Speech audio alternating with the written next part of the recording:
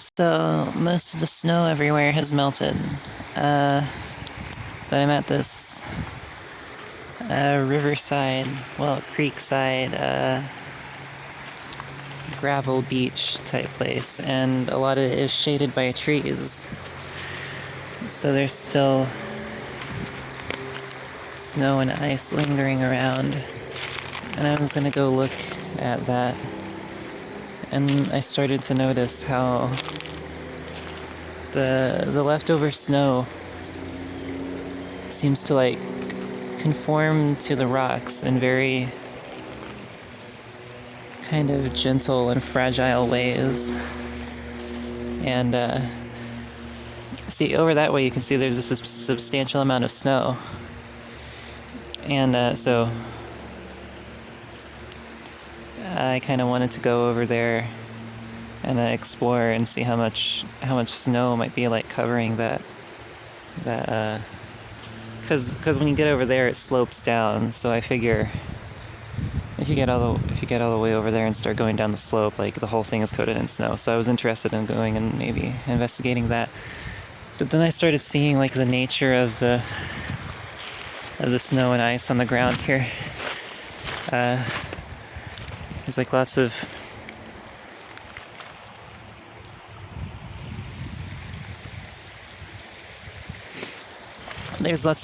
thin sheets of like ice and snow that are like webbing kind of between the rocks. And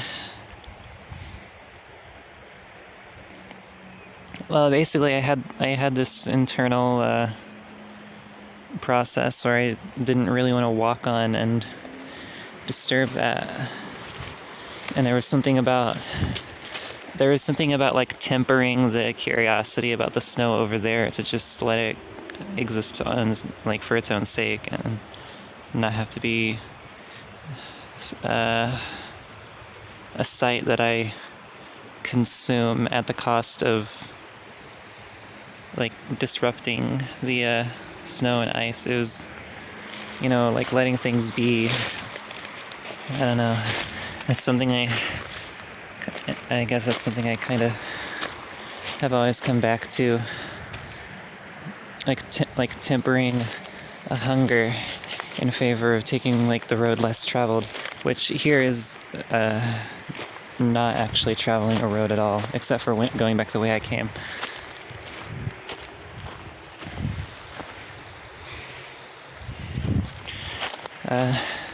Yeah, the path I took to get here, it has snow along it. There's not really anything I can do about that. I just gotta walk in the snow. I'm not making this snow sacred, and only the snow over there. I'm selective. This is what I used to do constantly with my camcorder, walking around before I was in college. I don't think I've done it since I started college. Well, no, there was a time I walked all the way across town to the apartment of those people who I was in a polyamorous relationship in 2017. So I was still friends with them in 2018. The water's loud. I'm not going to get too close to it. So I walked all the way to their apartment. And before I started, and they were like, I forget why they didn't give me a ride, but we had an agreement. Like I wanted to walk all the way there and like hang out with them instead of being driven there. And we agreed that like I could bring my camcorder and film the entire walk over real time and talk over it and then put it on YouTube. And I did that. And it's at least an hour and a half long, I believe. At least, a couple hours. Unlisted on this channel. There's just hours and hours and hours of me roaming around, filming lots of landmarks and street signs and identifiable businesses so that, if they were public, pretty much anyone could figure out where I live. Especially, probably figure out my exact home address based on the ones where I'm just a bit too close to my house.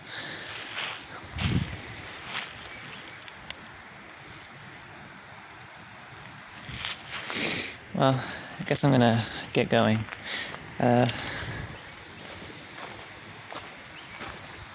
Yeah, I've been thinking about starting to kind of do this again. This kind of thing. Maybe I'll start busting out the camcorder rather than just the cell phone on occasion. And I mean, it's not completely about just taking the road less traveled for the sake of being more obscure. It's about taking a somewhat more... Well, it's about recognizing the immediate presence of something that's like destructible and taking the road less traveled in service of preserving that. It's about not destroying, being mindful, considerate, letting my consideration for that snow and ice metastasize into consideration for as much else as it can. Not being like an impudent child who sees a caterpillar and just like steps on it without hesitation. But then, you know, I'm always extolling the virtue of being like childlike. So where do I draw the line between the positive childhood and the negative childhood who steps on the caterpillar?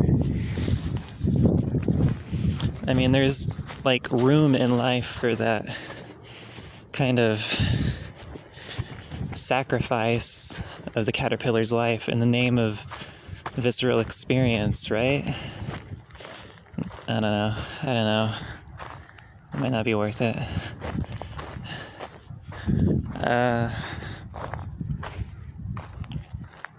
Hope this audio is actually coming through well, or I'm going to be upset. But I kind of was bringing myself back to something I was talking about before I started filming. I was just like muttering to myself, which is about the idea of trying to...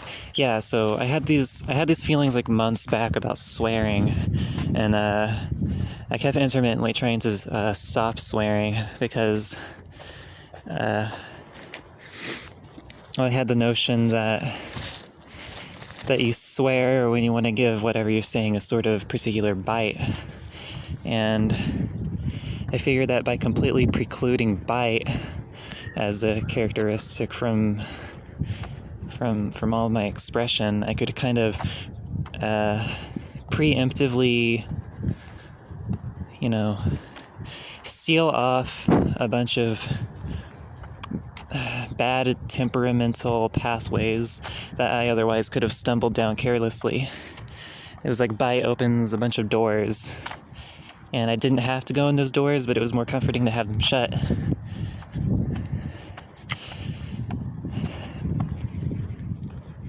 But I don't know, sometimes it's very tempting, because like sometimes there's a joke, like you see a joke you could make, and it just needs like an extra degree of intensity to make it a bit more absurd, and so you want to put that bite in, and it's hard to let like an opportunity for a joke die and just let it go forever unexpressed. You know, people are doing that all the time, and you know, people are swearing all the time, and there's room for bite and room for viscerality.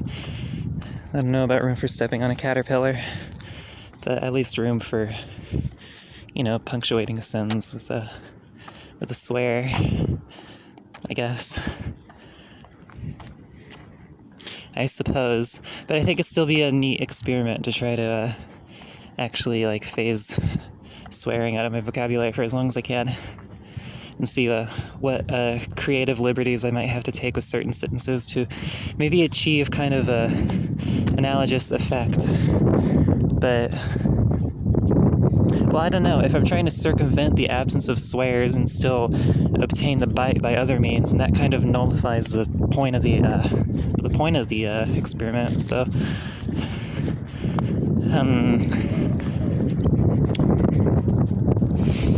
yeah, it is more about having a chilling effect on like my tendency toward bite, and instead, you know, taking things on more pacifistically.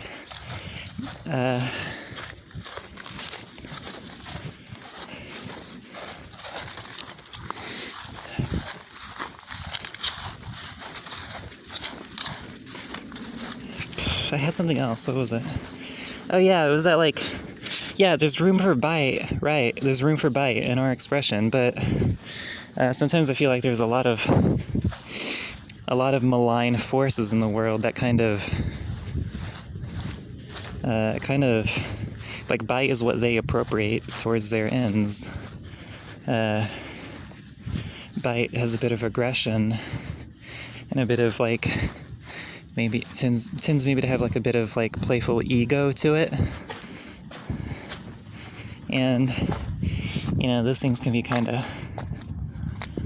tugged on to kind of bring out the bad in people.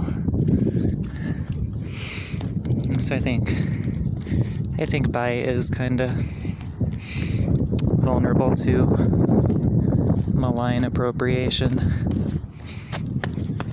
I almost tripped. Like, oh god. I'm about to go into a shopping mall. You know what's going to be in there? A Spencer's Gifts. I added a T to that word. Spencer's Gifts. I mean, just go look inside of Spencer's Gifts for 5 seconds. And that'll be the bow that ties this soliloquy together. Like this is an order. This is a command. If you haven't been into Spencer's Gifts lately, go and like refresh yourself on what it's like. Go look at the hentai t-shirts of like women with giant demon horns being like choked sexually. Well, I'm gonna leave on that note. Have a nice day. I'm sorry that I'm breathing so hard in the rest of this video. I don't know what's wrong with me. I'm just up on the microphone like sorry about that. Just bear with me for the rest of the video. Thanks.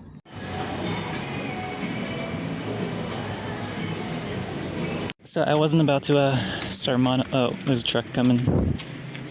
It's gonna be loud. Okay. Yeah, so I wasn't about to start monologuing in the middle of the food court, but you saw that that cookie sign that I was filming. And I mean the look of that sign, it feels like a kind of a dead form of like commercial graphic design. Like, that cookie restaurant, it, like, ultimately it's just like another business, like, but nothing, everything's supposed to be like enticing, but nothing even tries to put on that kind of face of levity anymore. All the enticement is really like bleak and sleek now. It's like the ukuleles in the arts and crafts videos.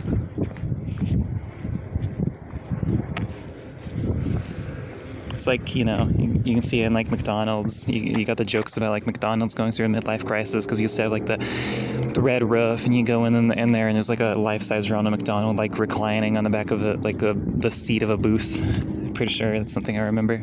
And now they look like the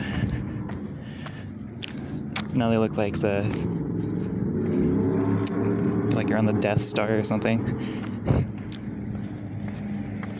And you got like the glossy like touch screen like drink dispenser, because that's so futuristic.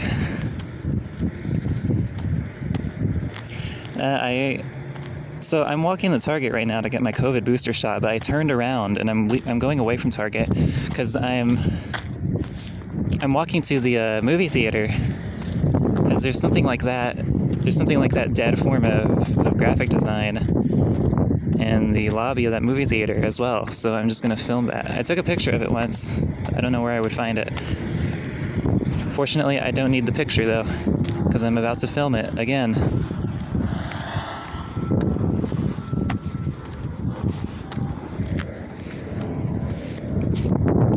I only just realized on this phone I can pause the recording of the video and then pick it up later. For the last parts, I was just pressing stop, which means I'm gonna have to go through a bit of extra effort to stitch these together in Windows Movie Maker.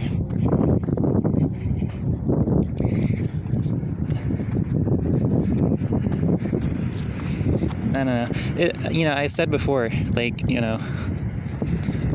on one hand, maybe it's good that nothing even tries to put on such a genuine face of levity anymore, because that just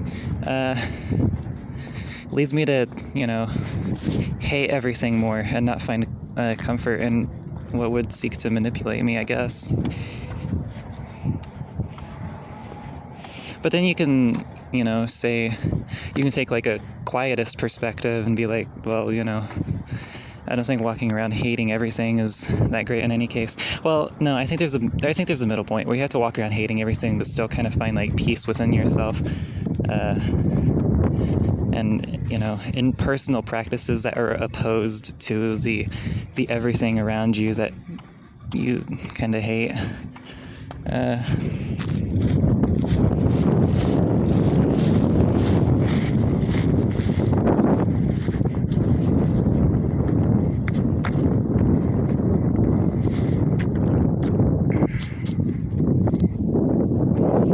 Oh yeah, but then I said on one hand, and then I didn't say the other hand. The other hand is like maybe it like acclimates people to the sleek, bleak, the chrome, There's not even like notions of like childlike joy anymore. Not even in the kids media, I think. Like kids media has gotten weird. It's so, I don't know. Maybe I'm just looking in the wrong places, but I don't know. Everything feels like Elsa Gate to me now. It's like everything is this really condescending, like strange quality to kids media now.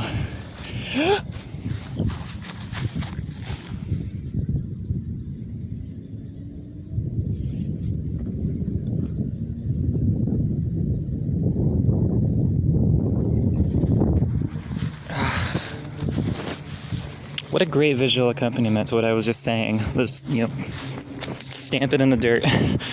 That's what's going on. And here it is.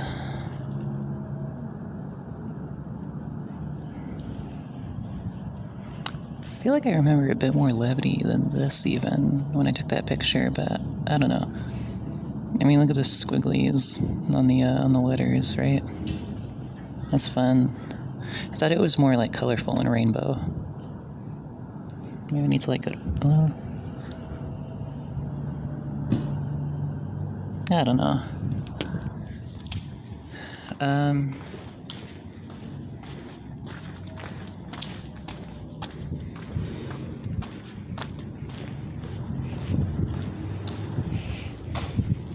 don't know. I haven't been in a Burger King in a long time.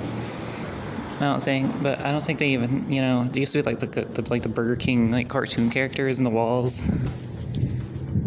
Is that like nothing can promote like childlike qualities anymore, or is that like Burger King isn't trying to like manipulate children into like childhood attachment to its branding? Which one is it?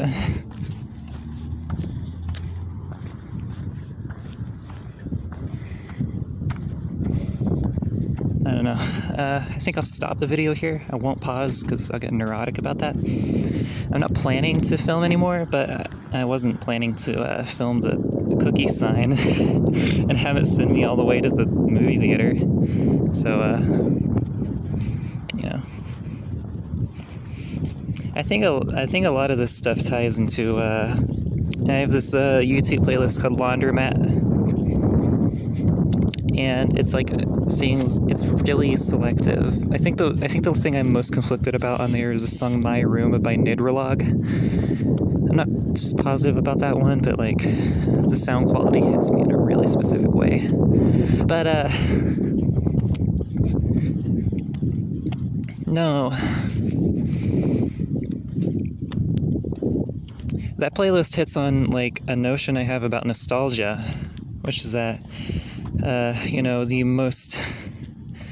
the the most accessible and like recognizable and marketable form of nostalgia would be like the video games you played when you were like, 6 to 13 or something like that, That's like the direct nostalgia. But the nostalgia that really my phone vibrated. I thought I'd maybe stop the recording with my breath. I think the nostalgia that like really the nostalgia that really like gets at you, but no one like talks about it because it's not around like things that people can gather around and relate around necessarily, maybe, is from when you were like a baby who could just barely... Damn, hang on. I'm sorry. I need to just stop talking for a second, like get my thoughts in order about this. I've typed it out before. Hang on, I'm gonna pause. So our culture always has like currents that are gaining in prominence, currents that are at current prominence, and currents that are fading out of prominence. And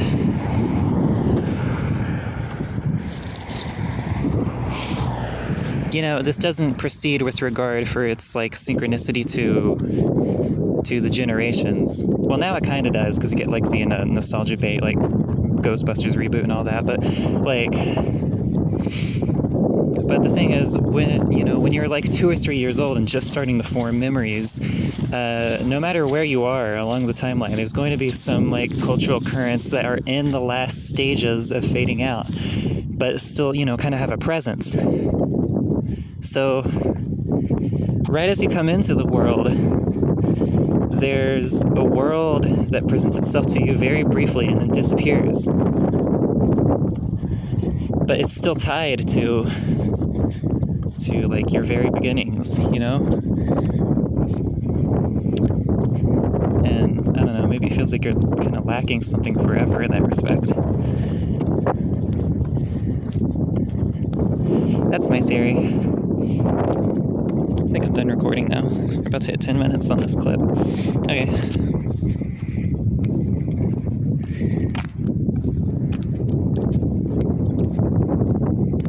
I guess my general feeling is that everything, unfortunately, tends to become more cynical as it's like, Mr. Megorium's Wonder Emporium, or like a Harvest Moon game where like your farm gets bulldozed. I don't think those are cynical movies. Those are kind of like anti-cynical movies, really. But, or not, movie and game, but I don't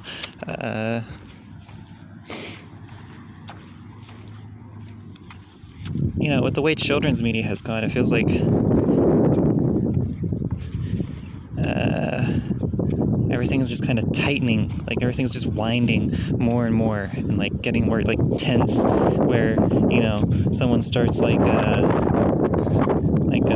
a fun like arcade or like a Chuck E. Cheese or any kind of business where they could like put in some degree of heart, and then maybe they start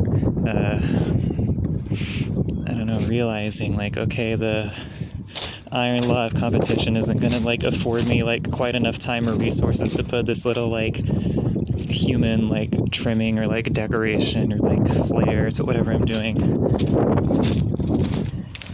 And then that effect just kind of compounds on itself over time as like efficiency overtakes human elements.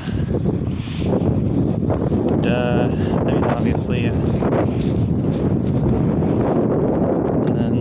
And then it just overtakes all the aesthetics.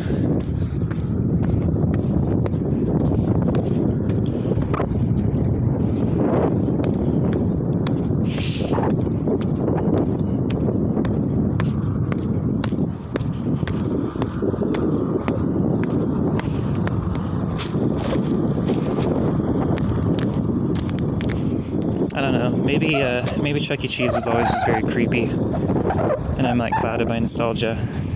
Maybe like everywhere has just always been creepy, maybe before I was born, everything was just completely and utterly creepy and unnerving.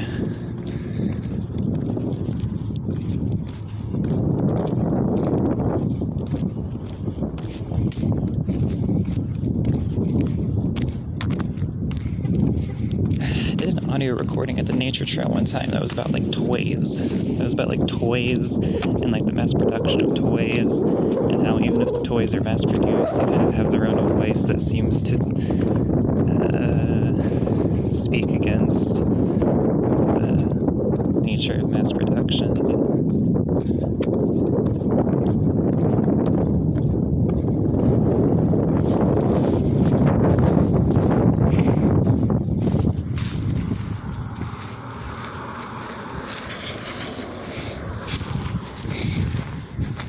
But anyway, this comes back to like my underlying feelings, which are that it's not great, but I do believe that the entire universe, like, literally, like, physically tends towards like cynicism and like weakness and like cruelty.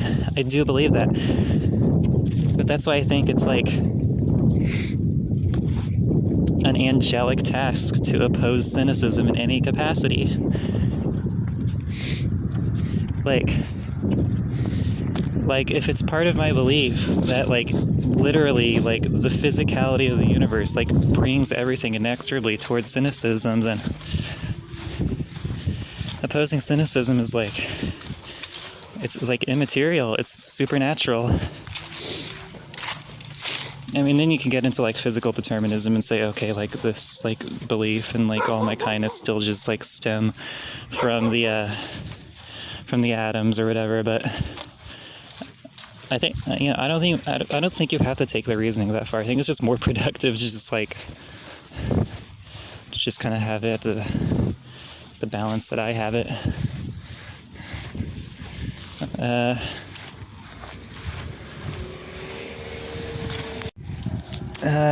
Here's my update. I hope my phone doesn't die.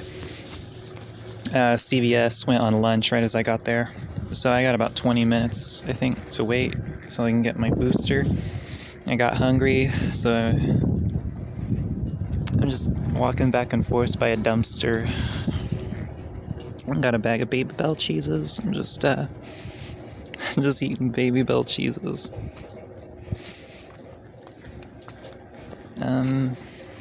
That's my situation.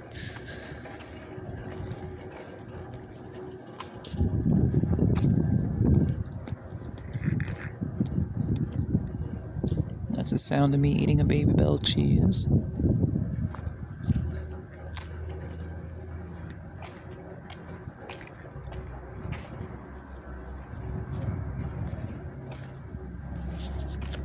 Probably one of my favorite snacks. Yep. Yeah.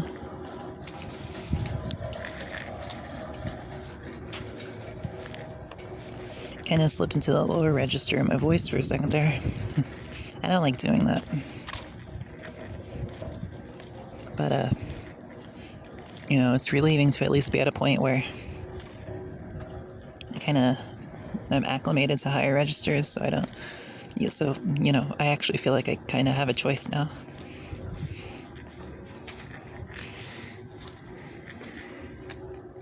This is what I look like. You can already get a clearer picture of me from the other videos on this channel, but I was thinking earlier about the idea of treating the video holistically and not as a component of the channel. So at one point I could like set the camera down and step back from it and be like, this is what I look like. But for now, I'll just give you a shadow view and a lower body view. Maybe we'll get more detailed in the future. Assuming my phone actually survives this outing, which I'm not confident it will. Okay, that's my update. I wonder if I've swore in this video already, and I didn't notice as it was happening. I bet you noticed if it happened, because, I'm talking about swearing, and then I swear, and you're like, ooh, hypocritical, you slipped up. I don't know that I have not swearing totally down yet, but, I do.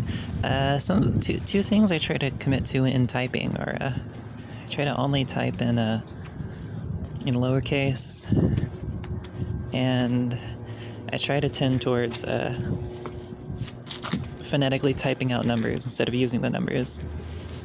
It's like I want to lace into my speech kind of a calmness and a disposition away from numeric like coldness and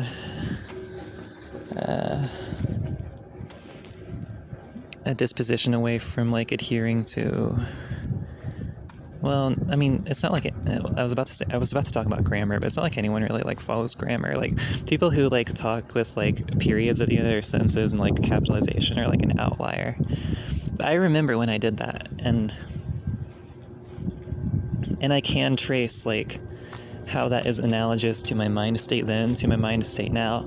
It's like a comfort in kind of clinging to structures, you could say. I think that's accurate, maybe.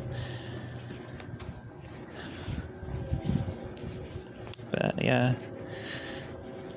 And usually when I go all caps, it's the same thing as swearing, where I want to use intensity for the sake of humor. Humor's good. It's possible for humor to be bad. Humor can become cynical. It can be a vehicle for stuff you don't quite want to get in the noggin, maybe. This is what I look like. I feel like God keeps playing pranks on me. I don't actually think that. It's just a feeling. And I'm pretty sure if you feel like God keeps playing pranks on you, that's basically like a universal sign of you being a bit crazy because your pattern recognition has gone a bit off the rails. I don't know what to do about that, so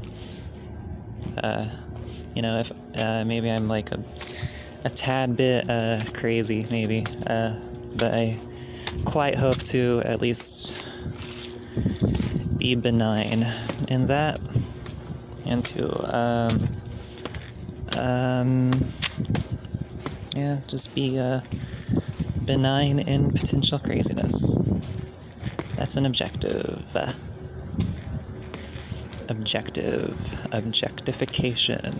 Objectification. When you get your whole worldview from Wikipedia as a teenager, I suspect it can lead you toward overly scientific and objectified viewpoints of yourself and cause like chronic depersonalization. Maybe, you walk across a room and you visualize the room from outside from like an isometric perspective and look at yourself walking across it and see, everything loses dignity in like the eyes of the audience, kind of, and you're making yourself the audience, so everything you do is just pathetic, and you have to to undo that, you have to reacquaint yourself with the subjective and see through your own eyes and just not take yourself too seriously, but like, just give yourself an ounce of validity as a subjective being.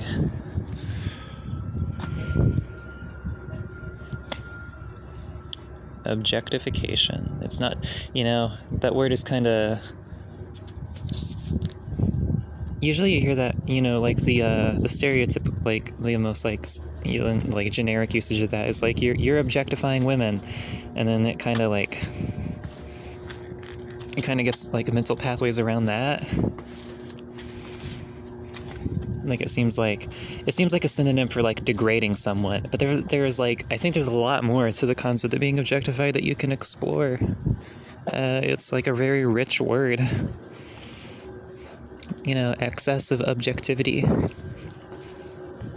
destruction of the qualitative. I'm literally like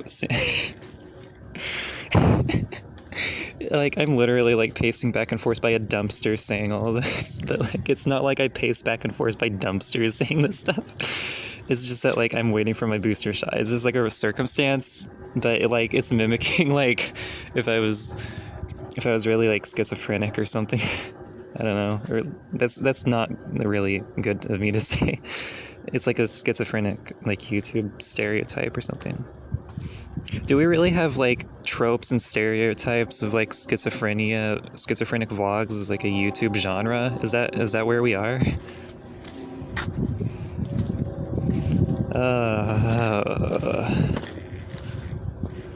Objectification. I don't know. It's complicated because, objective framing of the human body, you get medical science, you get cancer, you get, the doctors put chemicals and arrangements that no one could have conceived of, and then using machines no one could have conceived of, and you get to live. But then also, I don't know, you start to degrade yourself because, you literally owe your life to this framing of yourself that,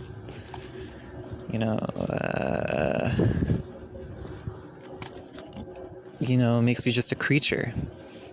And I guess that humbles you, but I don't know. Yeah, I guess, I don't know. It's good to be humble. You can just be humble without denigrating yourself. I guess that's what I'm saying. You don't have to think you're like a pathetic speck or like a irrational, stupid, shrieking, hollering ape. Like a middle ground between just being humble but like affording yourself some dignity. Like it's just you. You're all you got. Guess that's what I'm saying.